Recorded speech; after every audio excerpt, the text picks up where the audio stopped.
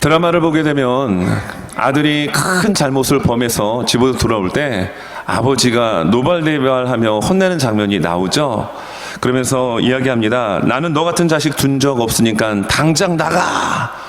이런 장면 드라마 연속극에서 이렇게 종종 나오는 장면이기도 합니다. 자식과 연을 끊으려고 하는 아버지의 모습입니다. 여러분, 이때 중간에 좀 가교 역할을 하는 분들이 계시죠? 누구냐 하면 어머니입니다. 그러면서 이야기합니다. 여보, 이렇게 추운 엄동설안에 하나밖에 없는 우리 아들을 내쫓으면 어떻게 합니까? 라고 하며 중재하는 어머니의 모습이 나오죠. 오늘 우리가 성경 말씀 이사야서 63장 15절에서 19절의 말씀을 보았는데요. 바로 이사야 선지자가 보인 어머니의 모습입니다. 여러분, 이스라엘 백성들이 얼마나 많은 죄와 배신과 하나님의 마음을 정말 후벼 파는 일들을 정말 너무나도 많이 자행했죠. 그런 가운데 하나님께서는 이사야 선지자를 통하여 바벨론이라고 하는 나라를 통하여 이 나라가 멸망당할 것을 말씀해 주셨습니다. 그래서 이사야 선지자는 이런 어머니의 마음으로 하나님 앞에 이스라엘 백성들의 사죄를 위하여 그리고 회복을 위하여 그렇게 기도하고 있는 내용이 오늘 우리가 읽은 본문의 내용입니다. 주님, 이 민족이, 이 백성이 주님 앞에 죄를 범하고 하나님의 마음을 아프게 한 것 저도 압니다. 너무나도 큰 죄를 저질렀습니다. 그러나 하나님은 우리의 아버지가 되시오니 이들에게 자비를 베풀어 주시고 이들에게 회복을 하나님 허락해 주십시오 라고 하며 그렇게 기도하고 있는 내용입니다. 그래서 저는 오늘 본문을 바라보면서 오늘 설교의 제목을 다른 곳에서 가져오지 않고 오늘 16절에 나오는 주는 우리 아버지시라 라고 하는 이 부분에서 제목을 이렇게 정해봤습니다. 하나님은 우리의 아버지이십니다. 아무리 우리가 쓰러지고 넘어지고 큰 죄를 저질렀다 할지라도 아버지 하나님의 마음의 본심은 그들의 멸망이 아니라 그걸 깨닫고 돌아와 회복하기를 원하는 것이 우리 아버지 하나님의 본심이요 마음입니다. 그래서 저는 오늘 하나님은 우리의 아버지이심과 그 하나님은 우리의 형편과 처지를 다 아신다라고 하는 이 두 가지의 초점으로 말씀 좀 전하고자 하는데요. 여러분, 첫째, 하나님은 우리의 아버지이십니다. 여러분, 오늘 성경 말씀 16절에 보니까 이렇게 기록되어 있습니다. 주는 우리 아버지시라. 이사야 선지자가 안타까워하며 하나님 앞에 기도하는 내용입니다. 아브라함은 우리를 모르고 이스라엘은 우리를 인정하지 아니할지라도 여호와여, 주는 우리 아버지시라. 옛날부터 주의 이름을 우리의 구속자라 하셨거늘. 바로 주님이 우리의 아버지십니다라고 두 번씩이나 강조하며 하나님 앞에 기도하고 있습니다. 여러분, 하나님이 우리의 아버지 되심을 여러분 믿으십니까? 옆에 분들 얼굴 바라보면서 한번 인사해 볼까요? 하나님이 나의 아버지십니다. 하나님이 나의 아버지십니다. 그리고 이렇게 한번 인사하겠습니다. 그 하나님은 당신의 아버지십니다. 당신의 아버지십니다. 네. 아마 오늘 교회 처음 오신 분들은 저게 뭔 소린가, 내 아버지는 지금 한국에 계시고 뭐 이렇게 이런데 갑자기 내 아버지, 네 아버지 막 이러니까 약간 멘탈에 혼동이 올 수도 있지만, 여러분, 우리에게는 육신의 아버지가 존재하죠. 그렇기 때문에 우리가 이 땅에 태어날 수가 있습니다. 또 그 아버지에 대한 헌신과 수고가 있었기에 우리가 학교를 졸업하고 여러분 사회생활을 할 수가 있게 될 것입니다. 그러나 우리에게 육신의 아버지가 있다고 한다면 우리의 영혼의 아버지, 바로 하나님 아버지가 우리의 아버지가 되십니다. 그래서 이사야 선지자가 기도할 때 두 번씩이나 사실 64장에서도 또 한 번 하나님을 아버지라 표현하고 있다라는 얘기입니다. 여러분, 예수님께서 이 땅에 오셔서 제자들이 기도하는 방법을 가르쳐 달라고 했을 때 그 유명한 주 기도문을 가르쳐 주십니다. 여러분, 주 기도문의 첫 단추, 첫 시작은 어떻게 시작합니까? 하늘에 계신 우리 아버지여. 하늘에 계신 나의 아버지라 고백하지 않고 기도하는 그 첫 포문 또한 마찬가지로 하늘에 계신 우리 아버지여. 하나님은 우리의 아버지가 되십니다.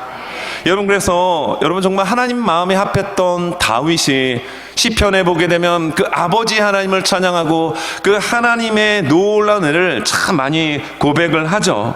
그리고 바울은 그 하나님을 향하여 아빠, 아버지라 부른다라고 하는 유명한 말씀을 우리에게 던져주기도 합니다. 여러분, 로마서 8장 14절 15절의 말씀에 보면 이렇게 기록하고 있는데요. 자, 14절에 보면 이렇게 나옵니다. 무릇 하나님의 영으로 인도함을 받는 사람은 곧 하나님의 아들이라. 여러분, 우리는 하나님의 영, 성령의 인도함을 받기에 우리는 하나님의 아들이 되었습니다. 하나님의 자녀가 되었습니다. 그렇기 때문에 하나님을 아빠, 아버지라 부를 수 있다라고 말씀하고 있는 거예요. 그래서 여러분, 15절 말씀, 자, 이 말씀 같이 한번 우리 소리 높이 읽겠습니다. 시작. 너희는 다시 무서워하는 종의 영을 받지 아니하고 양자의 영을 받았으므로 우리가 아빠, 아버지라고 부르짖느니라. 아멘입니다. 여러분, 하나님을 향하여 어떻게 우리가 아버지, 아빠 이렇게 부를 수 있습니까? 바로 하나님의 영, 성령이 우리 안에 있기 때문에, 그리고 우리를 하나님의 자녀로 입양시켜 주셨기 때문에 우리는 하나님을 향하여 아버지라 부를 수 있다는 얘기예요. 이것이 신약에서만 이야기하는 것이 아니라 구약에서도 마찬가지로 하나님은 우리의 아버지십니다라고 말씀하고 있습니다.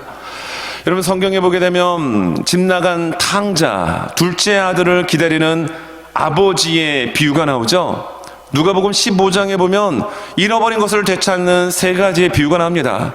잃어버린 양을 찾은 목자가 너무 기뻐서 어깨에 짊어매고 내려오는 장면, 잃어버린 드라크마 동전. 여러분, 만약에 펜이 하나 잃어버렸다고 온 집안 전체를 불 켜고 구석구석을 다 찾는 분들 계실까요? 아마 그런 분들은 없을 것 같아요. 요즘에 가다 보면요, 길거리에 펜이 떨어져 있어도 죽지 않는다고 합니다. 그런데 동전 하나를 찾기 위해서 어떤 한 여인이 집안 곳곳을 다 찾습니다. 왜입니까? 그건 동전이 아니라 결혼 목걸이의 한 일부분이었기 때문이었습니다. 또 세 번째 나오는 비유는 둘째 아들이 아버지, 어차피 아버지 돌아가실 건데 그 많은 유산 미리 저한테 좀 땡겨 주십시오. 아주 못된 자식이죠. 근데 이 아버지는요, 너무 좋으신 아버지였습니다. 그래서 그 유산을 미리 줬더니 먼 나라에 가서 허랑방탕하게 돈을 다 낭비하고 맙니다. 기근이 임했습니다. 큰 흉년이 닥쳤어요. 돈 있을 땐 주변에 사람도 붙고 갑자기 야, 우리가 친구 아이가 하면서 그냥 사람들이 주변에 그렇게 많았는데 그 많던 재산 다 없어지고 나니까 사람이 없어요. 먹을 것도 없습니다. 그러다 보니 먹기 위하여 돼지 열매의 그 취업 예매를 취급하는 곳에 가서 여러분 돼지를 지키고 치는 일을 합니다. 유대인들에게 있어서 돼지는 부정한 짐승이거든요. 그 정도로 둘째 아들의 생활은 완전 바닥을 치고 맙니다. 이때 아버지를 생각하고 그가 집으로 돌아옵니다. 이것이 은혜예요. 자, 돌아오는 그 둘째 아들, 정말 망나니 같았던 아들, 패륜적 그런 삶을 살았던 아들을 아버지는 기다리고 달려나가 끼어안고 입을 맞춥니다. 여러분, 이것은 하나님 아버지의 사랑을 우리에게 보여주고 있는 겁니다. 여러분, 성경 누가복음 15장 20절에 이 부분을 이렇게 말씀하고 있는데, 자, 이 말씀 같이 한번 읽겠습니다. 시작. 이에 일어나서 아버지께로 돌아가니라. 아직도 거리가 먼데 아버지가 그를 보고 측은히 여겨 달려가 목을 안고 입을 맞추니. 여러분, 어떤 장면입니까? 여러분, 이 아들이 언제 올지 몰라요. 그런데 아버지는 알았습니다. 그 아들이 먼저 성문에 있는 것을 발견하고서는 달려나가 여러분 앉습니다. 그리고 입을 맞춘다라는 거예요. 어느 책에 보니까 여러분, 팔레스틴의 풍습에 어른들은 달려간다라는 표현이 거의 없다라고 합니다. 달려간다는 표현을 왜 안 쓰냐? 그 당시에 문화권에서는 여러분 달려가면은 어떻습니까? 발바닥이 보이나요? 안 보이나요? 보이죠? 그런데 발목과 발바닥이 보이는 그 자체는 상대를 모욕하는 행위였기 때문에 유대인들은 어지간해서는 뛰지 않는다라고 합니다. 그런데 이 집 나간 자식이 돌아왔을 때 아버지는 어떻게 합니까? 달려갑니다. 왜 달려갑니까? 불쌍히 여기며 측은히 여기며 달려갑니다. 입을 맞춥니다. 사람들이 뭐라고 손가락질을 해도 체면 다 내려놓고 자식을 위해서 기꺼이 희생하는 아버지의 사랑을 보여주고 있습니다. 신명기 21장 18절에서 21절에 보면 율법에 말씀하기를, 여러분, 폐륜적 자식은 성문에 끌어다 놓고 돌로 쳐 죽이라고 이야기합니다. 술을 먹습니까? 폐륜적 행위를 합니까? 부모님의 말을 어기며 듣지 않습니까? 그러면 성문에 끌어다 놓고 부모가 이야기를 하고 그 성읍의 사람들은 돌을 들어 쳐 죽이라고 이야기하고 있습니다. 갑자기 제가 쳐 죽인다라고 얘기를 하니까, 아니 어떻게 강대상에서 그런 말씀을 하시나? 성경이 그렇게 말씀하고 있기 때문이에요. 그래서 성경 말씀을 보게 되면 이렇게 이야기를 하는데, 신명기 21장 20, 21절 부분입니다. 우리 자식은 완악하고 패역하여 우리 말을 듣지 아니하고 방탕하며 술에 잠긴 자라 하면 그 성읍의 모든 사람들이 그를 돌로 쳐 죽일지니. 여러분, 지금 집 나갔다가 돌아오는 둘째 아들은 신약이 아닌 구약의 율법의 관점에서 보게 되면 돌 맞아 죽을 자식이었던 겁니다. 근데 이 아버지는 어떻게 합니까? 멀리 떨어져 있는 자식을 한눈에 알아보고 달려갑니다. 사람들이 발바닥 보인다라고 나를 모욕하냐라고 해도 체면, 염치 다 내려놓고 달려가, 여러분, 앉습니다. 입을 맞춥니다. 사람들이 돌멩이를 던진다 할지라도 그 돌을 아버지의 등으로 다 받아내겠다라고 하는, 오직 그 자식을 살려내기 위한 사랑의 모습을, 여러분, 그 누가복음 15장의 세 번째 비유에서 우리에게 잘 가르쳐 주고 있습니다. 오늘 이사야 선지자는 이스라엘 백성들의 패역함, 그들이 하나님을 배신하고 우상을 섬겼던 이 모습들을 너무나도 많이 보았습니다. 그럼에도 불구하고 이사야 선지자는 하나님을 향하여 이들의 사죄를 위하여, 이들의 회복을 위하여 하나님의 자비와 사랑과 긍휼을 구하고 있습니다. 왜입니까? 하나님은 우리의 아버지가 되시기 때문에 자녀된 이 민족을 포기하지 마시고 우리를 긍휼히 여겨 주십시오. 여러분, 더 나가서 오늘 16절 후반부에서는 어떤 표현까지 쓰고 있을까요? 누가복음 15장 세 번째 나오는 그 비유에 돌을 던져도 그 돌을 아버지가 맞겠다라고 하는 마음으로 자식을 덮었던 그 모습이 구속자의 모습입니다. 16절 여러분 후반부에 이런 표현을 합니다. 주의 이름을 우리의 구속자라 하셨거늘. 하나님은 우리의 구속자가 되시지 않으십니까? 여러분, 구속자라는 뜻은 구원할 구자에다 속죄할 속자를 씁니다. 다시 말하면 우리의 모든 죄의 값들 대신 지불하시고, 그리고 대신 벌을 받으신 상태라는 겁니다.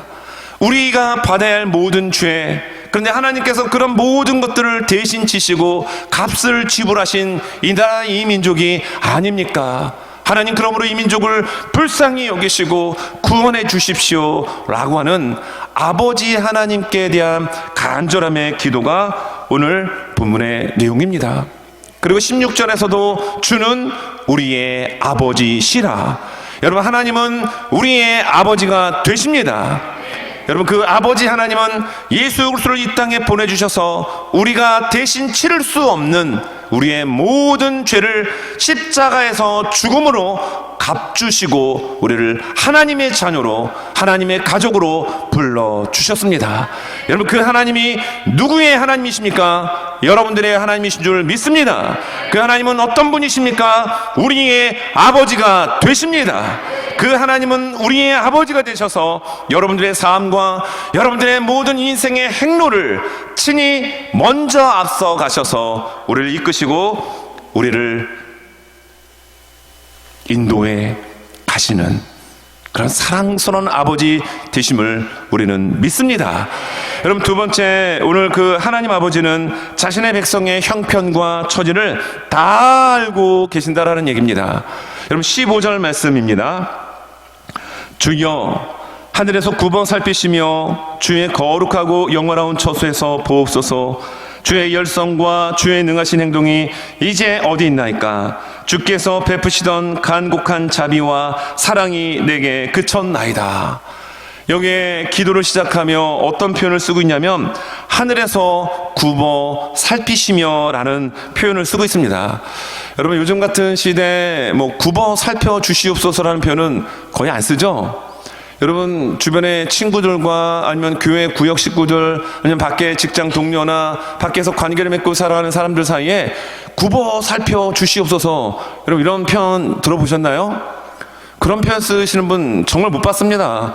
그런 표현은 어디서 나오죠? 사극에 보통 나오게 되죠. 신하들이 높은 보좌에 있는 왕을 향하여 전하 굽어 살펴 주시옵소서. 왕이 높은 곳에서 밑에 있는 신하들을 바라보며 뭐라고 이야기를 합니다. 아래에 있는 신하가 높은 왕권 왕자에 있는 왕에게 이런 표현을 씁니다. 굽어 살펴 주시옵소서. 이 뜻은 위에서 내려다보며 자세히 살핀다라는 뜻입니다. 여러분, 수평 관계에 있으면 잘 보이지 않을 것입니다. 그러나 보다 높은 곳에서 아래를 바라보면 잘 보이게 될 것입니다. 오늘 성경의 말씀도 어디에서 굽어 살펴달라고 기도하고 있습니까? 하늘에서. 그리고 여기에 나와 있는 것처럼 그의 열성과 주의 능하신 행동이 이제 어디 있나이까 라고 하며 그 하나님에 대한 자비, 하나님에 대한 긍휼을 굽어 살펴달라고 하며 우리를 살펴달라고 이사야 선지자는 기도하고 있는 거예요. 여러분, 성경 말씀에 보게 되면 시편에 다윗이 하나님을 향한 고백, 그런 감탄에 대한 내용들이 참 많이 기록되어 있습니다. 시편 33편 13절 15절의 말씀을 우리 한번 읽어보도록 하겠는데요. 자, 한번 심차게 읽겠습니다. 시작. 여호와께서 하늘에서 굽어보사 모든 인생을 살피시며 곧 그가 거하시는 곳에서 세상의 모든 거민들을 굽어 살피시는도다. 그는 그들 모두의 마음을 지으시며 그들이 하는 일을 굽어 살피시는 이로다. 아멘입니다. 여러분, 사막의 광야에서 사울이 다윗을 죽이려고 3,000명의 군대를 이끌고 다윗을 추격할 때 다윗은 그 가운데서도 하늘을 바라봅니다. 하나님, 나를 굽어 살펴 주십시오. 그리고 숲을 속에 숨어 있을 때도, 엔게디 동굴, 아둘람 동굴 속에 있을 때도, 심지어 그 땅에서는 절대 살 수가 없었기에 망명자의 신분으로 타 국가에 망명했을 때도 그는 하늘을 바라보며 하나님, 나의 형편과 처지를 아시는 아버지 하나님, 나를 굽어 살펴 주십시오 라고 간절하게 하나님을 향하여 탄원했습니다. 그런데 하나님은 다윗의 그 인생을 굽어 살펴 주셨어요. 하늘의 높은 보좌에서 그 다윗의 살아가는 인생의 모든 동선을 하나님은 보시고 사울의 창끝으로부터 보호하셨고, 순간순간마다 위기마다 하나님은 만남의 복을 열어가시며 그의 인생의 길을 활짝활짝 열어가셨음을 우리는 성경을 통하여 만나게 됩니다.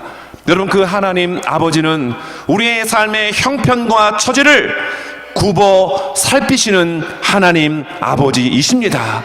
때로는 나도 모르는 부분, 그러나 하나님은 미리 하시고 그것을 해결하시고 우리의 인생의 길을 활짝활짝 열어가시는 그 하나님이 우리의 아버지가 되시는 줄 우리는 믿습니다.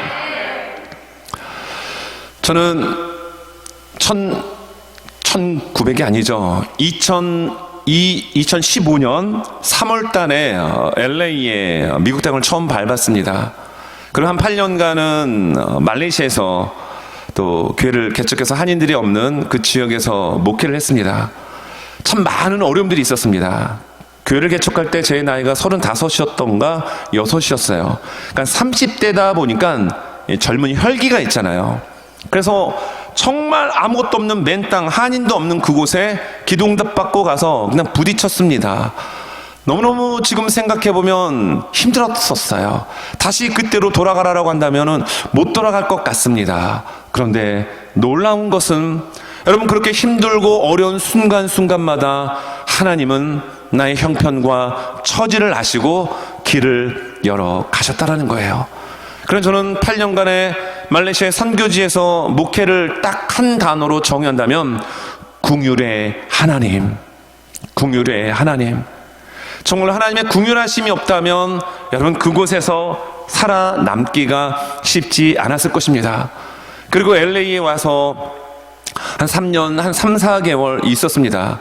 플로에 공부차, 안식년차 왔다가 있게 되었는데 정말 뭣도 모르고 왔었죠. 그때는 나이가 40대였습니다. 여러분, 차라리 선교지에서의 힘든 삶은 버티면 돼요. 현지인식으로 먹으면 됩니다. 근데 여러분 아시는 것처럼 미국에서는 그게 불가능합니다.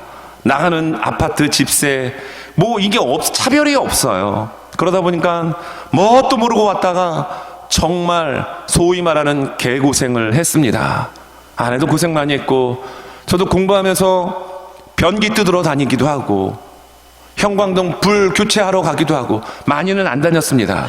그러나 가장으로서 느끼는 그 압박감, 가장으로서 느끼는 그 무게감, 어떻게 할 수가 없었어요.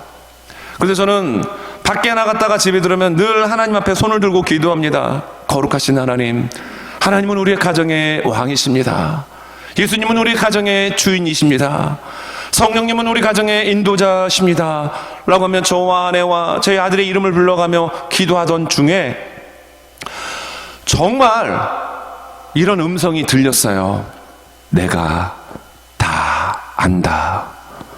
네, 안다라는 음성이 육성으로 들린 게 아니고요, 심령 깊은 곳에서 쫙, 밑에서부터 쫙 올라오는데 걱정, 근심, 염려, 모든 것들이 여러분 정리가 되는 것을 경험할 수 있었습니다.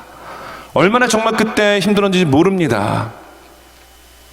그런데 하나님은 아신다는 거예요. 내 삶의 형편, 처지, 어려움, 사람은 모릅니다. 그러나 우리의 아버지 되시는 하나님은 여러분의 형편과 처지와 상황을 다 알고 계십니다. 그래서 저는 지금도 네, 다 안다, 네, 안다라는 그걸 생각하면은 너무 감사가 나와요.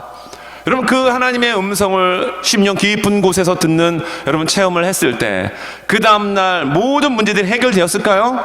여전히 해결은 되지 않았지만, 그러나 그 상황 속에서 하나님이 길을 열어가시는 것을 저는 경험했습니다. 여러분의 삶 가운데 형편과 처지를 누구에게 말할 수 없을 정도로 괴롭고 힘든 삶 가운데 계신 분들이 계십니까?